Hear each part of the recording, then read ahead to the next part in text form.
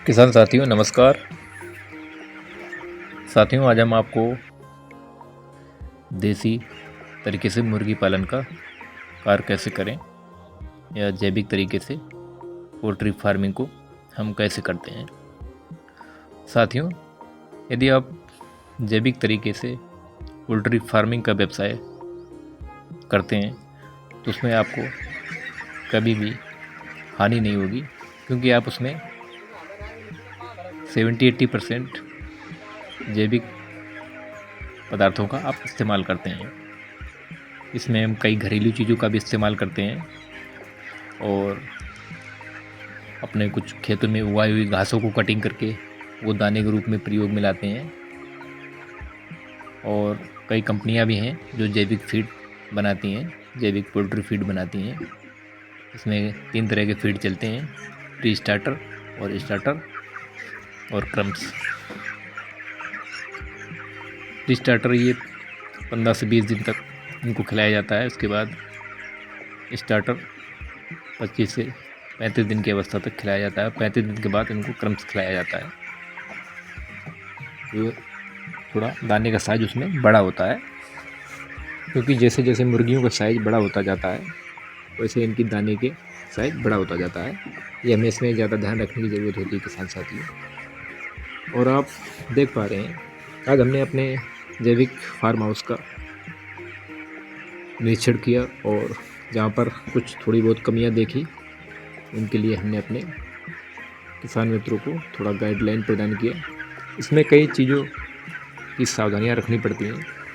किसी प्रकार की आपके फार्म हाउस में किसी प्रकार की कोई मोर्टलिटी नहीं है। यदि कोई मोर्टलिटी है, कोई भी बच्चा मर गया तो उसको तत्काल निकाल के बाहर मिट्टी में गाड़ देना चाहिए, जैसे अन्य बच्चों में उसका संक्रमण ना फैले। आप देख पा रहे हैं हमारे पोल्ट्री फार्म हाउस में अभी पानी के कंटेनर को सफाई करने का काम जारी है। ये सफाई किसान साथियों दिन में एक बार की जाती है, सुबह 10 बजे। और लगभग ये मान लीजिए किसान साथियों 24 घंटे में एक बार दाना और एक बार सफाई करना बहुत ही आवश्यक है। यदि आपके पास समय है और अच्छी ग्रोथ चाहते हैं तो आप दिन में 2 बार भी पानी के ड्रिप को साफ करवा सकते हैं। एक बार दाना आप इनमें भर देते हैं तो दाना लगभग 12 से 24 घंटे तक चलता रहता है, क्योंकि 20 से 25 दिन का जब हमारा बॉयलर हो जाता है तो ये कम से कम 100 ग्राम से ऊपर दाना उठाने लगता है पर डे। 24 घंटे में 100 से 150 ग्राम तक दाना ये खाना शुरू कर देता है।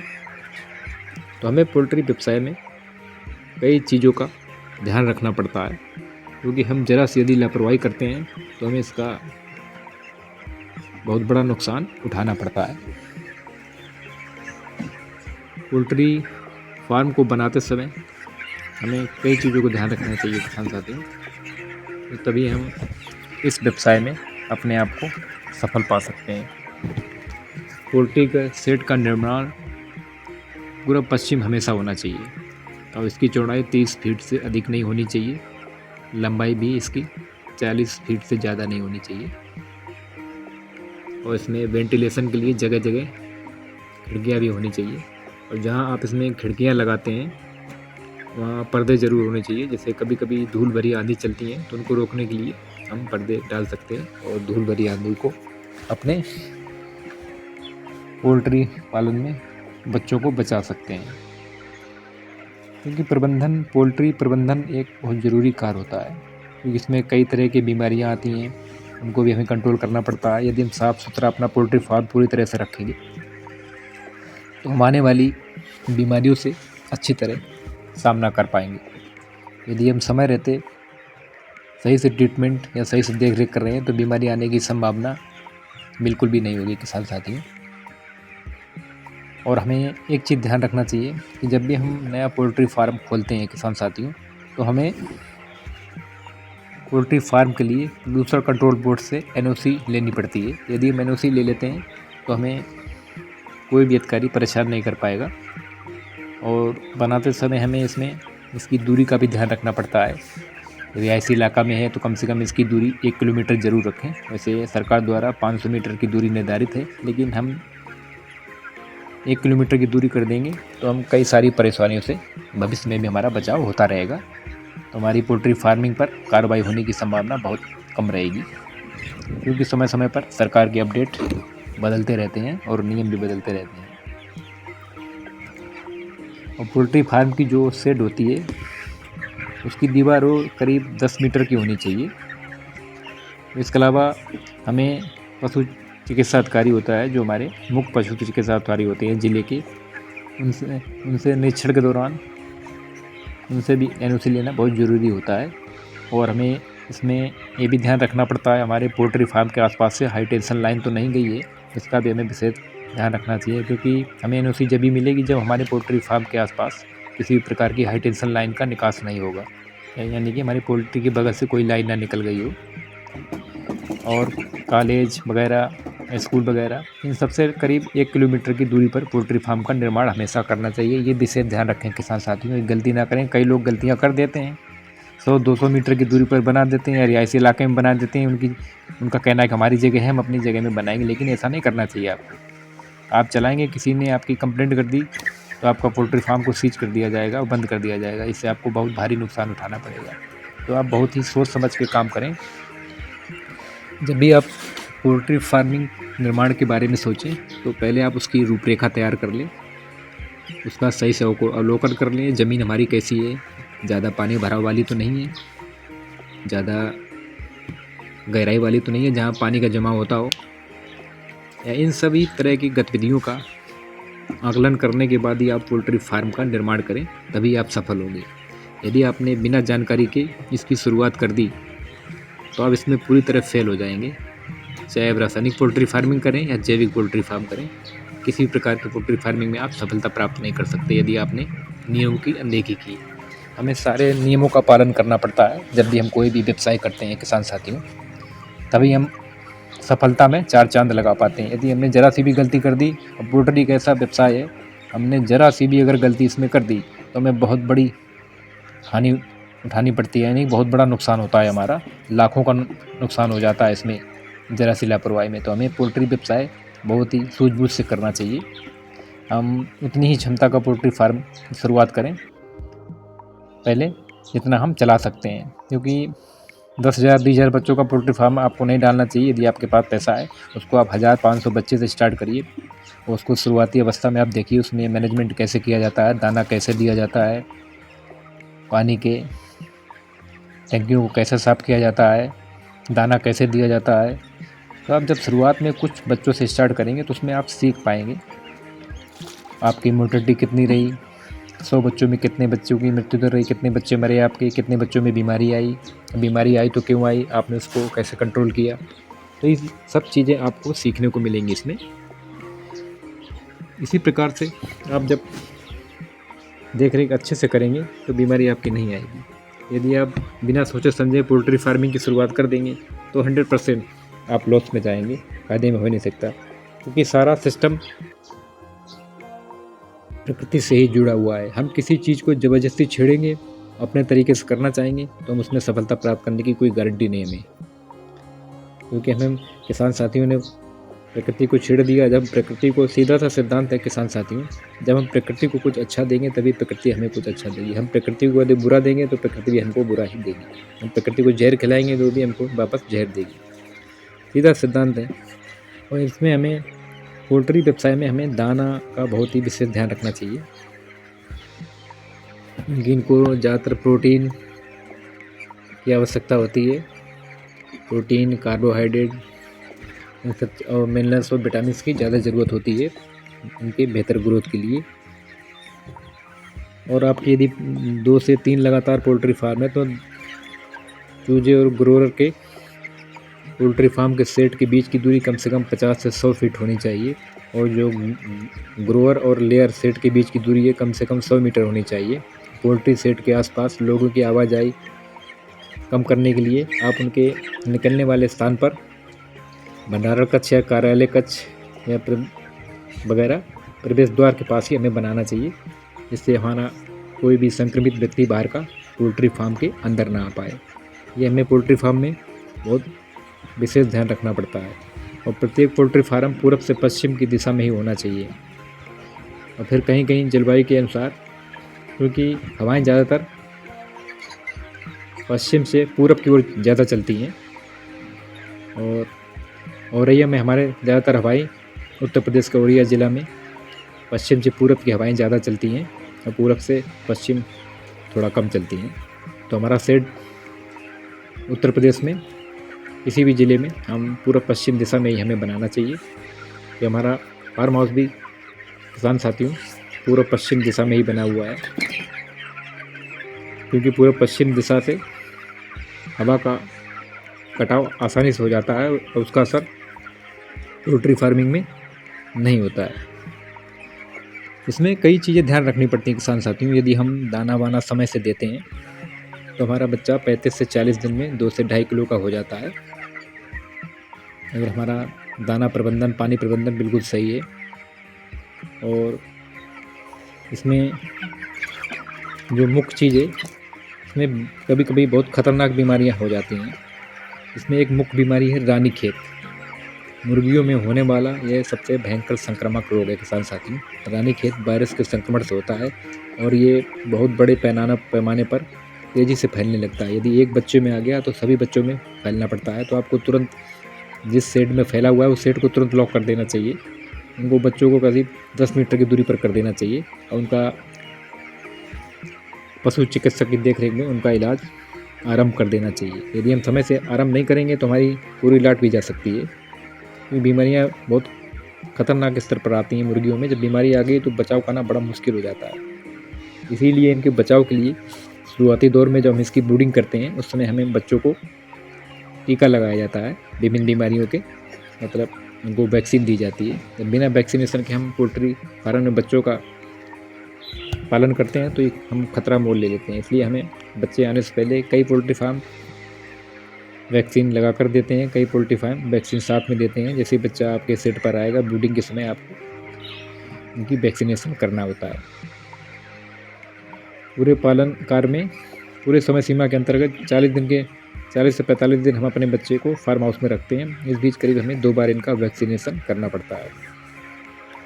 रानीखेत मुर्गियों में होने वाला सबसे एक खतरनाक संक्रमण माना जाता है, इससे ही किसान को ज़्यादा हानि होती है। दूसरा आता है किसान साथियों बर्ड फ्लू। यह मुर्गियों और दूसरे पक्षियों में भी एक होने वाली घातक बीमारी है। हालांकि बर्ड फ्लू 3 से 4 साल में एक बार दिखाई देती है और इसमें हम कई तरह के प्रिकॉशंस अगर रखते हैं तो हम बर्ड फ्लू से भी बहुत ही आसानी से बच सकते हैं। बर्ड फ्लू आने के समय यदि आपके बच्चे और सरकार द्वारा बर्ड फ्लू घोषित कर दिया गया है तो कई किसानों को हालत ख़राब हो जाती है। उनको बच्चों में मट्टी पलीत कर दी जाती है, उनके मिट्टी के भाव बिकते हैं, उनका कोई रेट ही नहीं मिलता, कोई लेने के लिए तैयार ही नहीं होता है। तो हमेशा ध्यान रखें, आप मौसम से अपडेट रहें और समय समय पर वैज्ञानिक सलाह लेते रहें। और आप ये अच्छे से ध्यान रखें कि कौन सी बीमारी कब आती है, तो बीमारी के आने का समय चेक करते रहें किस समय ये बीमारी आने की संभावना रहती है। तो आप कोशिश करें कि उस समय, उससे पहले या उसके बाद में बच्चे निकल जाएं। उस समय बच्चे हमारे ज़्यादा ना बचें। बच्चे ज़्यादा बचेंगे तो ज़्यादा नुकसान होगा, जितने बच्चे कम होंगे आपके उतना नुकसान आपका कम होगा। और तीसरी बीमारी आती है किसान साथियों फाउल पॉक्स। इस बीमारी में मुर्गियों में छोटी छोटी फुंसियाँ हो जाती हैं, उनके पूरे शरीर में दाने हो जाते हैं और आँखों के नीचे स्वेलिंग हो जाती है। यदि हमने इनको कंट्रोल नहीं किया तो ये एक बच्चे से दूसरे बच्चे में, दूसरे बच्चे से तीसरे बच्चे में फैलने लगता है। और जैसे ही बच्चे की आँख स्वेलिंग होने के कारण इनकी आँख अपने आप बंद होने लगती है और दानों का गर्दन फूलने लगती है, जिससे इनकी मृत्यु दर बढ़ने लगती है। यदि हम इनमें टीकाकरण करते हैं, समय से वैक्सीनेशन का कार्य कर देते हैं, तो इन बीमारियों से हम अपने ब्रॉयलर को बचा सकते हैं। एक बीमारी होती है, चौथी जो बीमारी है किसान साथी, वो होती है मैरेक्स। यह मुर्गियों में होने वाली एक प्रकार की कैंसर बीमारी है। जिस प्रकार हम लोगों को कैंसर हो जाता है, मुर्गियों में जो कैंसर होता है उसको मैरेक्स बोलते हैं। ये 100-200 पोल्ट्री फार्म में 1-2 में कभी कभी देखने को मिलती है। ये बीमारी बहुत कम होती है क्योंकि ये बीमारी अभी तक देखने में नहीं आई है। ये बीमारी हमारे जहाँ पोल्ट्री फार्मिंग, सगुना पोल्ट्री फार्म है साउथ इंडिया में, उधर एक बार देखने को आया था, वो भी काफ़ी मात्रा में उनके एक फार्म हाउस में। इसके अलावा ये कहीं नहीं देखने को मिली अभी तक। और कभी कभी इनको मारोक रोग भी हो जाता है। उसमें इनकी नसें, रीढ़ की हड्डी और मस्तिष्क में ट्यूमर हो जाती है, यानी सूजन हो जाती है। सूजन, इनके पंख और पैर निष्क्रिय हो जाते हैं, चलने में असमर्थ हो जाते हैं, इनके शरीर में कंपन होने लगता है और फिर ये खाना बंद कर देते हैं और भूख से बच्चे मरने लगते हैं। तो हमें मुर्गी व्यवसाय करना बहुत आसान काम नहीं है किसान साथियों। शुरुआती अवस्था में भी आपको कई चैलेंजों का सामना करना पड़ेगा, तभी आप इसका लाभ उठा सकते हैं। आप देख पा रहे हैं अब हमारे पोल्ट्री फार्म में धुलाई के बाद अब दाने की फीडिंग होगी और दाने की फीडिंग होने के बाद बच्चे आराम से दाना खाएंगे। इसके बाद पुनः नेक्स्ट दिन इसी दिन सारा कार्य पुनः प्रारंभ होगा। दाने में हमें पोषक तत्वों से भरपूर चारा देना होता है, जिसमें आवश्यक प्रोटीन, विटामिन और खनिज होते हैं, जो मुर्गियों को उनके विकास पथ में तेज़ी लाने में मदद करते हैं। और हम जैविक पद्धति में दाने में क्या क्या मिलवाते हैं किसान साथियों। जब हमारा बच्चा 20 दिन का हो जाता है तो बूस्टर ग्रुप में हम इसमें लहसुन, लौंग, हल्दी, काली मिर्च, अदरक, लाल मिर्च, इनका पिसा हुआ पाउडर हम इसमें एक बोरी में 250 ग्राम मिक्स करवा के मिलवा देते हैं। उसके बाद इसको बच्चों को देते हैं, तो इससे उनका विकास अच्छा होता है, उनका इम्यून पावर अच्छा रहता है और ग्रोथ बच्चे अच्छी करते हैं। इसमें हमारे भारत में कई जगह पोल्ट्री फार्म का व्यवसाय किया जाता है, क्योंकि पोल्ट्री फार्म से जो सही तरीके से कर रहे हैं उनको लाभ ज़्यादा मिल रहा है और उनको फ़ायदा भी हो रहा है, जो जिनका सिस्टम अपना सही होता है। और इसमें किसान साथियों कभी कभी कुछ पोल्ट्री फार्म में हम बैक्टीरिया नाशक या कीटनाशक का स्प्रे नहीं करते हैं, तो उसमें एक बीमारी है, 5वीं जो बीमारी है वो CRD भी होती है। तो CRD बीमारी भी एक प्रकार की खतरनाक बीमारी है। CRD को हम बोलते हैं किसान साथियों क्रोनिक रेस्पिरेटरी डिजीज। ये CRD के नाम से जानी जाती है। ये लोकल पोल्ट्री फार्म में सबसे ज़्यादा यही बीमारी मिलेगी। इसके कुछ सामान्य लक्षण होते हैं, जैसे सांस लेने में घबराहट होना बच्चे को, चेहरे में सूजन होना और पूरे शरीर में संक्रमण फैल जाना, आंखें लाल हो जाना। ये एक मुर्गी पालन व्यवसाय में बहुत ही विशिष्ट बीमारी मानी गई है, जो हर उम्र में हो जाती है। ये 10 दिन से लेकर 40 दिन के बच्चे में किसी भी समय आ सकती है। हालांकि जब बच्चा 40 दिन का हो जाता है तब ये बीमारी आने के चांस कम रहते हैं। इस प्रकार पोल्ट्री व्यवसाय भी काफ़ी चैलेंजिंग है, कई तरह की संभावनाओं से भरा हुआ है। यदि हम इसमें कहीं भी किसी भी प्रकार की चूक करते हैं तो हमें पक्का घाटा होगा, इसलिए हमें इन सब चीज़ों को विशेष ध्यान रखना पड़ता है। हमारे देश में आपको मालूम होगा, देश का सबसे बड़ा पोल्ट्री फार्म सगुना पोल्ट्री फार्म है, जिसके मालिक हैं GV सुंदरराजन। इनका फीड भी सगुना फूड्स प्राइवेट लिमिटेड के नाम से आता है। ये कोयम्बटूर में पड़ता है किसान साथियों। इन्होंने 1984 में 200 मुर्गियों से अपना व्यवसाय शुरू किया था। आज देश का सबसे बड़ा पोल्ट्री फार्म है उनका टर्नओवर करीब $1 करोड़ से ऊपर का है वर्तमान में। जब उनको घाटा होता है तब बहुत तगड़ा घाटा होता है। तो जितना बड़ा आपका व्यवसाय है उतना बड़ा आपको यदि बीमारी आ गई तो घाटे का भी सामना उठाना पड़ता है। आज हमारे उत्तर प्रदेश में भी कई पोल्ट्री फार्म हैं बड़े बड़े और अच्छा आमदनी कर रहे हैं। तो इस प्रकार किसान साथियों आप देसी तरीके से यदि आपका कर सकते हैं सही प्रबंधन करके, आपके पास फार्म हाउस है तो आप उसमें कई तरह की घासें उगा दें, उनको कटिंग करके डलवा सकते हैं, हरी घास को डलवा सकते हैं। यदि आपको सहजन का पेड़ खड़ा हुआ है उसकी पत्तियां काट के डलवा दें।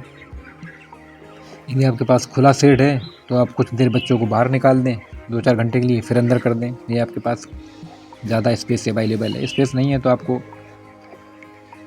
एक ही जगह उत्पादन उनका लेना पड़ेगा बंद कमरे में। तो इस प्रकार किसान साथियों काफ़ी चैलेंजिंग भरा ये है।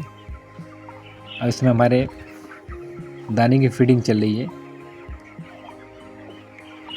क्योंकि इनके फीड में 4 से 5% ऑयल की मात्रा होती है। और इसलिए इनको दिया जाता है जिससे इनकी ग्रोथ अच्छी हो। इसके अलावा इसमें किसान साथियों हम इनके पानी में क्या नाम ग्रीन प्लांट बायोट का पावर मिल्क भी चलाते हैं, और 20 दिन से पहले हम इसमें चिक टू हिन का भी इस्तेमाल करते हैं। साथ साथ इसमें हम बेस्ट डिकम्पोजर के 100% घोल को भी दाने में मिलाकर हम हफ्ते में 3 बार करीब देते हैं। इससे बच्चों की ग्रोथ अच्छी होती है और बच्चे हमारे वायरस के संक्रमण से मुक्त रहते हैं। और बेस्ट डिकम्पोजर का ही हम इसमें स्प्रे भी करवा देते हैं हफ्ते में 1 बार सेट के आसपास और बच्चों के ऊपर। इससे हमारे बच्चे बीमारी से पूरी तरह बचे रहते हैं। और कभी कभी हर 15-10 दिन के अंतराल पर हम इसमें इनको कुछ ना कुछ जैविक तरीके से देते रहते हैं। कभी कभी इनको हम हल्दी के घोल का पानी पिलवा देते हैं। जैसे हमारा यहाँ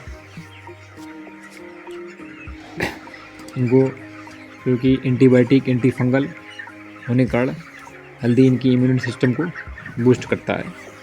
या हम दाने में मिलवा देते हैं या फिर हम इनको पानी में घुलवा कर 10 से 15 दिन में अंतराल में 1 बार ज़रूर देते हैं।